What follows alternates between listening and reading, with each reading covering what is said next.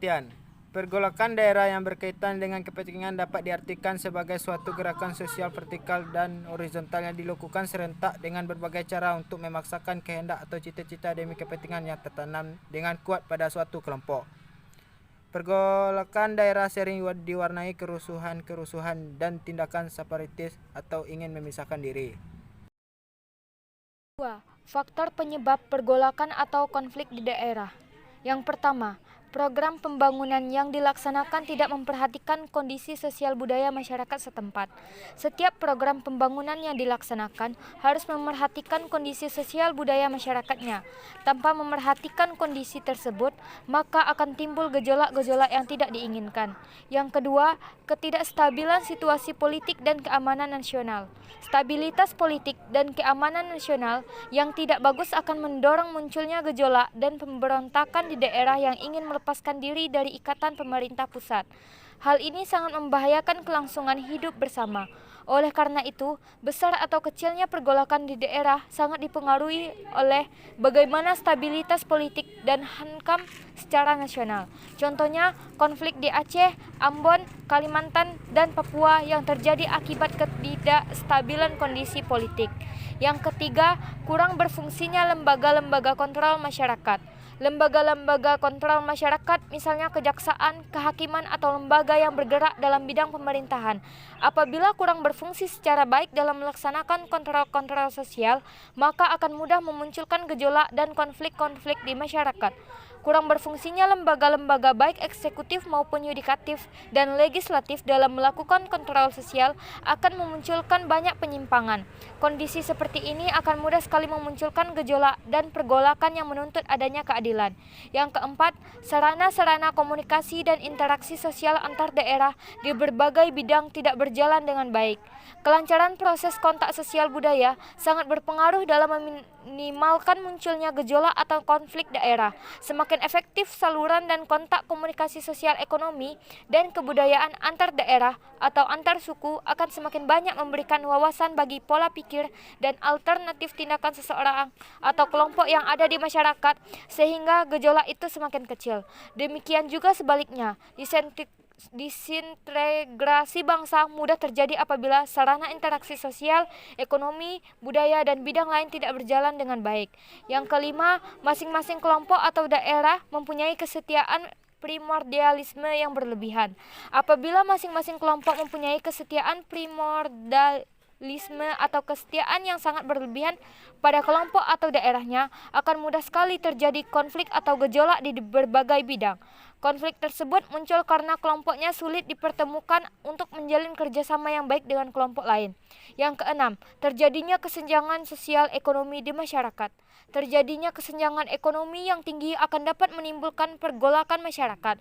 Misalnya perbedaan yang mencolok antara kaya dan miskin. Gejolak atau konflik daerah dapat dihindari jika terdapat keseimbangan kebijakan ekonomi antara pusat dan daerah. Selain itu, perlu adanya perluasan wawasan dan pola pikir dalam menghadapi keanekaragaman masyarakat. Contoh pergolakan yang berkaitan dengan kepentingan yang terjadi di Indonesia. A. Pemberontakan APRA. Angkatan Perang Ratu Adil atau APRA dibentuk oleh Kapten Raymond Westerling pada tahun 1949. Ini adalah milisi bersenjata yang anggotanya terutama berasal dari tentara Belanda. Kenil yang tidak setuju dengan pembentukan Angkatan Perang Republik Indonesia Serikat atau APRIS di Jawa Barat, yang saat itu masih berbentuk negara bagian Pasunda. Basis pasukan APRIS di Jawa Barat adalah Divisi Siliwangi. APRA ingin agar keberadaan negara Pasunda dipertahankan sekaligus menjadikan mereka sebagai tentara negara federal di Jawa Barat. Karena itu, pada Januari 1990, Westerling mengultimatum pemerintahan RIS. Ultimatum ini segera dijawab Perdana Menteri Hatta dengan memerintahkan penangkapan terhadap Westerling. APRA malah bergerak menyerbu kota Bandung secara mendadak dan melakukan tindakan teror, puluhan anggota APRIS gugur. Peristiwa Andi Aziz, seperti halnya pemberontakan APRA di Bandung. Peristiwa Andi Aziz berawal dari tuntutan Kapten Andi Aziz dan pasukannya yang berasal dari KNIL, pasukan Belanda Indonesia, terhadap pemerintah Indonesia agar hanya mereka yang dijadikan pasukan APRIS di negara Indonesia Timur. Ketika akhirnya tentara Indonesia benar-benar didatangkan ke Sulawesi dengan tujuan memelihara keamanan. Hal ini menyulitkan ketidakpuasan di kalangan pasukan Andi Aziz. Ada kekhawatiran dari kalangan tentara KNIL bahwa mereka akan diperlukan secara diskriminatif oleh pimpinan APRIS atau TNI. Pasukan KNIL di bawah pimpinan Andi Aziz ini kemudian bereaksi dengan menduduki beberapa tempat penting, bahkan menawan Panglima Teritorium Wilayah Indonesia Timur. Pemerintahan pun bertindak tegas terhadap mengirim pasukan di bawah pimpinan Kolonel Alex Kawilarang. April 1950, memerintah Andi Aziz agar melapor ke Jakarta akibat peristiwa tersebut dan menarik pasukan dari tempat-tempat yang telah diduduki, menyerah senjata, serta membebaskan tawanan yang telah mereka tangkap. Tanggat pada waktu melapor adalah 4 kali 24 jam. Namun Andi Aziz ternyata terlambat melapor, sementara pasukan telah berontak.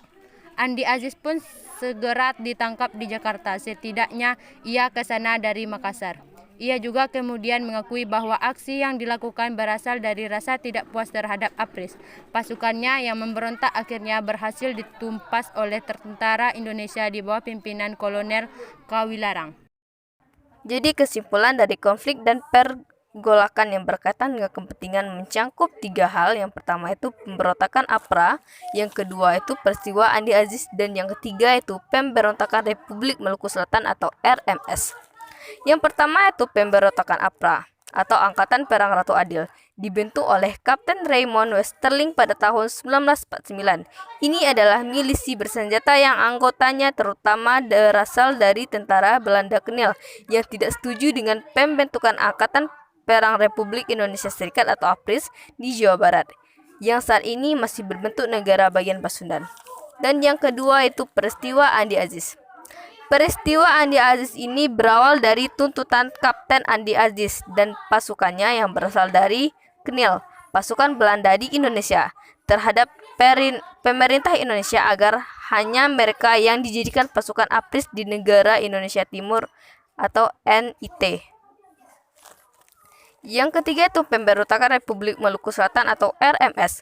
Sesuai dengan namanya, pemberontakan RMS dilakukan dengan tujuan memisahkan diri dari Republik Indonesia Serikat dan menggantikannya dengan negara sendiri. Diproklamasikan oleh mantan Jaksa Agung Negara Indonesia Timur, Dr. CHRS Soumokil pada April 1950. RMS didukung oleh mantan pasukan KNIL.